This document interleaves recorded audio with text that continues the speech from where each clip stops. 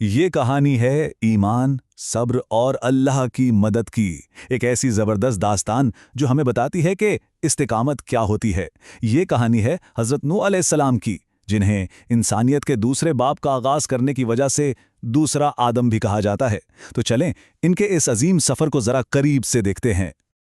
دیکھیے، یہ کہانی صرف ایک بہت بڑے طوفان کی نہیں ہے، بلکہ یہ انسانیت کے لیے ایک ریسٹارٹ، ایک نئے آغاز کی داستان ہے، اور یہ ہمیں ایک بہت گہرے سوال پر سوچنے پر مجبور کرتی ہے کہ آخر پوری دنیا کو نئے سرے سے شروع کرنے کے لیے کس چیز کی ضرورت پڑتی ہے۔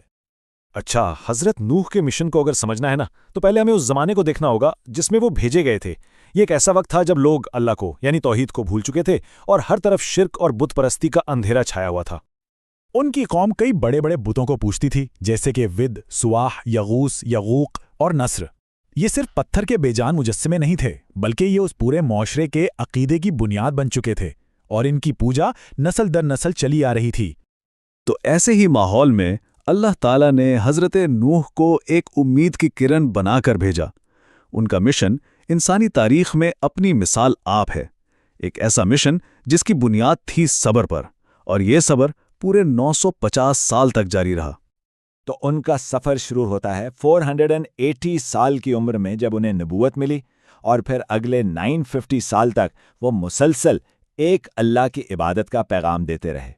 یہ کوئی معمولی بات نہیں ہے، اسی لیے شیعہ روایات میں وہ اولو العزم انبیاء میں سے ایک مانے جاتے ہیں، یعنی وہ عظیم پیغمبر جنہوں نے غیر معمولی صبر اور استقامت کا مظاہرہ کیا۔ 950 سال، ذرا سوچیں تو صحیح اس عرصے کے بارے میں۔ یہ صبر کی ایک ایسی مثال ہے جس کی کوئی نظیر نہیں ملتی۔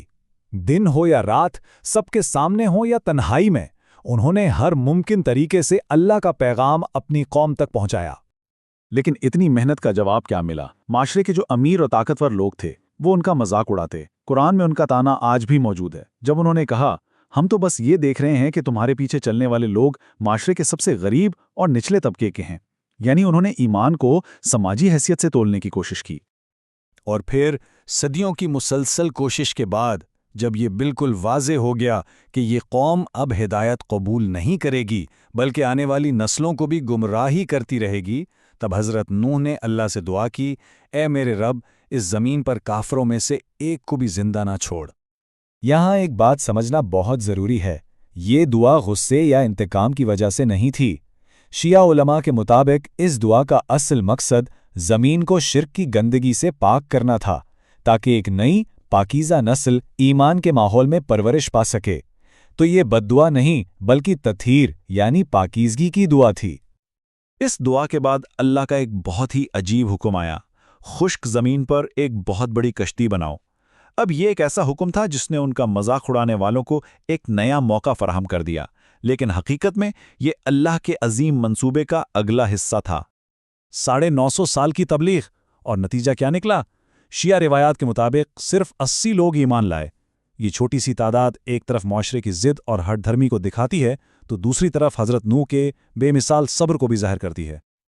اور جو بات شاید سب سے زیادہ دل دکھانے والی تھی وہ یہ کہ انکار کرنے والوں میں خود ان کے اپنے گھر والے بھی شامل تھے، ان کی بیوی والا اور ان کا بیٹا کینان۔ اس سے یہ بات بالکل صاف ہو جاتی ہے کہ ہدایت کا تعلق خون کے رشتے سے نہیں بلکہ دل سے ہوتا ہے۔ اور پھر وہ وقت آ ہی گیا، وہ عظیم طوفان جس کا وعدہ کیا گیا تھا۔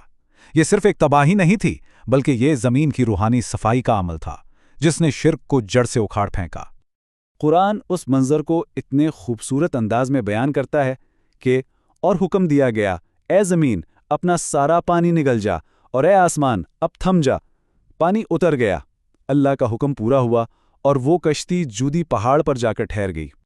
اسی طوفان کے بیچوں بیچ ایک بہت ہی جذباتی مکالمہ ہوا۔ جب حضرت نوح نے اپنے بیٹے کو ڈوبتے ہوئے دیکھا تو ایک باپ کی محبت میں اللہ سے پکار اٹھے، اے میرے رب، میرا بیٹا تو میرے گھر والوں میں سے ہے اور تیرا وعدہ تو سچا ہے۔ اس پر اللہ کا جواب آیا جو ہر چیز کو واضح کر دیتا ہے، اے نوح، وہ تیرے گھر والوں میں سے نہیں ہے، اس کے اعمال ٹھیک نہیں تھے۔ یہاں آسمانی قانون بالکل صاف ہو گیا، اصل خاندان خون کا نہیں بلکہ ایمان کا ہوتا ہے۔ تو یہی وہ سبق ہے، یہی وہ اصول ہے جو اس پوری کہانی کی سب سے بڑی میراث ہے، کہ ایمان کا رشتہ خون کے رشتے سے کہیں زیادہ مضبوط اور مقدم ہے۔ تو یہاں دو طرح کے خاندانوں کا فرق سامنے آتا ہے۔ ایک ہے نسب کا خاندان یعنی خون کا رشتہ، جیسا کہ حضرت نوح اور ان کے نافرمان بیٹے کا تھا، اور دوسرا ہے ولایت کا خاندان یعنی ایمان اور عقیدے کا روحانی رشتہ، اور یہی ولایت کا رشتہ تھا جس نے ان 80 مومنین کو ایک خاندان بنا دیا جو آگے چل کر انسانیت کی نئی بنیاد بنے۔ تو چلیں ذرا سمیٹتے ہیں کہ اس پوری داستان سے ہم نے کیا بڑے سبق سیکھے۔ پہلا، نجات کا معیار نسل یا خون نہیں بلکہ صرف اور صرف ایمان ہے۔ دوسرا، 950 سال کی دعوت ہمیں بتاتی ہے کہ اصل صبر کیا ہوتا ہے۔ اور تیسرا، اللہ کا انصاف صرف سزا نہیں دیتا بلکہ وہ زمین کو پاک بھی کرتا ہے تاکہ حق کا بول بالا ہو۔ اور شیعہ نقطۂ نظر سے دیکھیں تو یہ کہانی صرف ماضی میں ختم نہیں ہو جاتی۔ حضرت نوح کی جدوجہد کو امام مہدی علیہ السلام کے مشن کی ایک روحانی مثال کے طور پر بھی دیکھا جاتا ہے، یعنی لمبا صبر، شروع میں بہت کم ساتھی اور آخر میں اللہ کی طرف سے فتح کا ختمی وعدہ۔ تو آخر میں یہ سوال ہمارے لیے ہے کہ اگر اصل خاندان ایمان کی بنیاد پر بنتا ہے اور نجات کی کشتی روحانی وابستگی ہے، تو پھر آج کے دور کی کشتی پر کون سوار ہے؟